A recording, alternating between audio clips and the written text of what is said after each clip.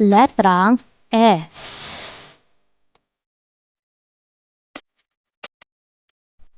Ano ang tunog ng letrang S? Ang tunog nito ay katulad ng tunog na galing sa ahas.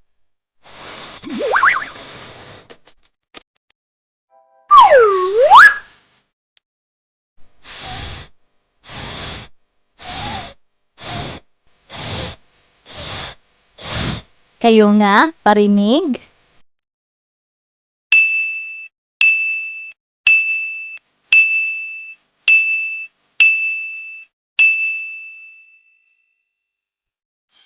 Mga bagay na nagsisimula sa letrang S.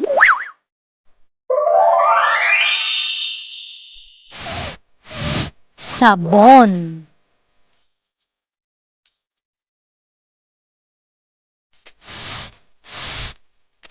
Saging.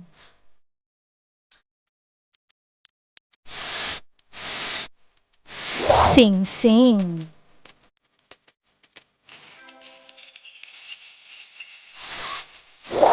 Susi.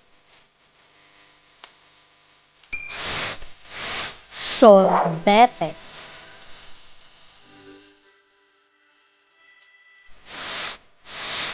Cepilyo.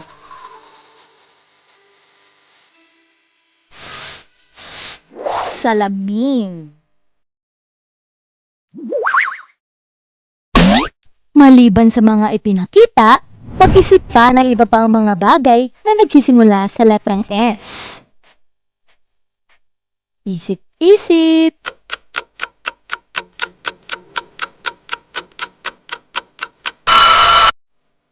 May mga naisip na ba?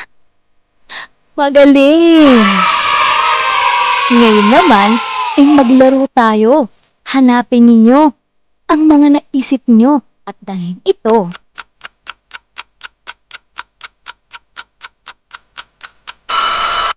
Napakahusay!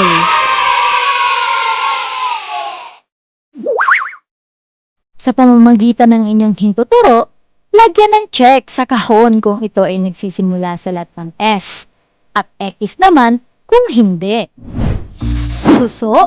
Ang suso ba ay nagsisimula sa letrang S? Tunog S, S, S. Tama! Check! Ang suso ay nagsisimula sa letrang S. S, S. Suso! Magaling!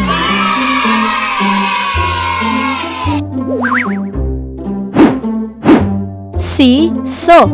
Siso. Ang siso ba ay nagsisimula sa letrang S? Tunog S, S, S. Tama! Check! Ang siso ay nagsisimula sa letrang S. S, S. Siso. Magaling!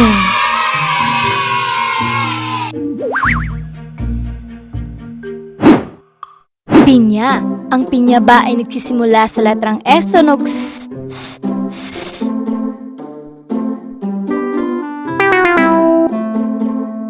Tama! X!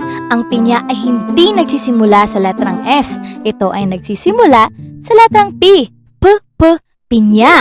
Magaling! Sapatos. Ang sapatos ba ay nagsisimula sa letrang S? Tunog S, S, S.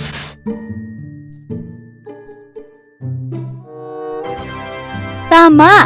Check! Ang sapatos ay nagsisimula sa letrang S. S, S. Sapatos. Magaling! Supot. Supot. Ang supot ba ay nagsisimula sa letrang S? Tunog S, S, S. Tama! Check!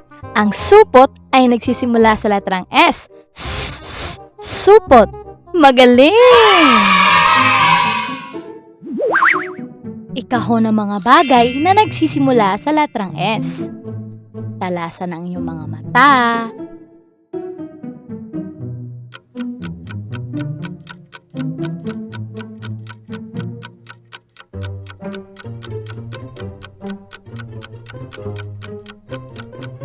Tingnan natin kung tama ang iyong mga sagot. 10? Tama! Tama! Ang 10 ay nagsisimula sa letrang S. Sampu. Buto? Hindi ito nagsisimula sa letrang S. Ito ay nagsisimula sa letrang B. Buto. Suha? Tama! Ang suha ay nagsisimula sa letrang S. Suha. Lobo? Hindi ito nagsisimula sa letrang S. Ito ay nagsisimula sa letrang L. Lobo. Sitaw? Tama! Ang sitaw ay nagsisimula sa letrang S. Sitaw. Sili? Tama! Ang sili ay nagsisimula sa letrang S. Sili. Sarili at nakuha niyo lahat ng tamang sagot. Napakahusay! Paano isulat ang letrang S? Malaking letrang S. Gagawa tayo ng linyang paalon. Magsimula tayo sa gitna, pataas sa bughaw na linya, pakurba pababa sa pulang linya. At pakurba pababa sa bughaw na linya, pataas.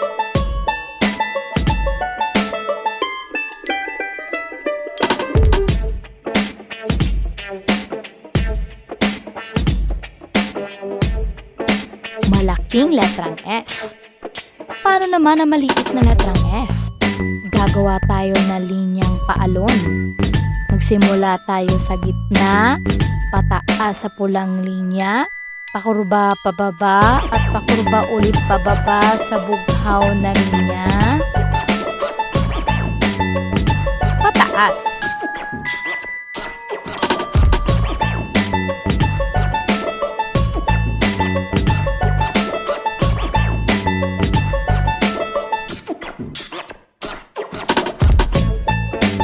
Maliit na letrang S.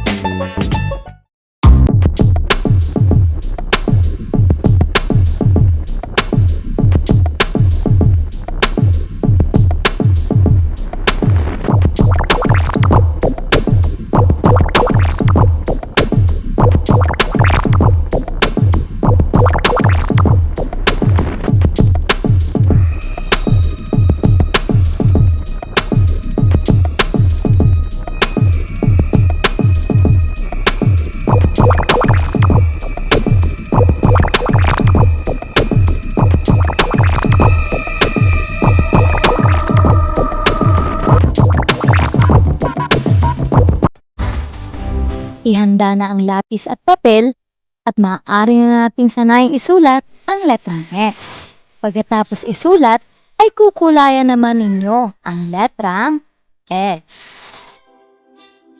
At para sa inyong takdang aralin, gumuhit na 5 bagay na nagsisimula sa letrang S.